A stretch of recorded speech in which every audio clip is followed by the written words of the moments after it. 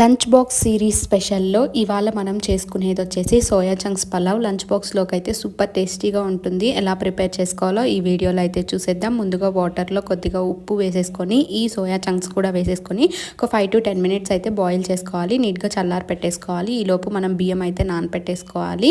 ఇప్పుడు ఈ చల్లారిన సోయా చంక్స్ని నీట్గా స్క్వీజ్ చేసి పక్కకు తీసి పెట్టేసుకోవాలి. కుక్కర్లో 1 tablespoon వరకు ఆయిల్ అండ్ గీ వేసేసుకొని బిర్యానీ మసాలాస్ అన్నీ వేసేసుకొని ఆనియన్స్ వేసుకోవాలి.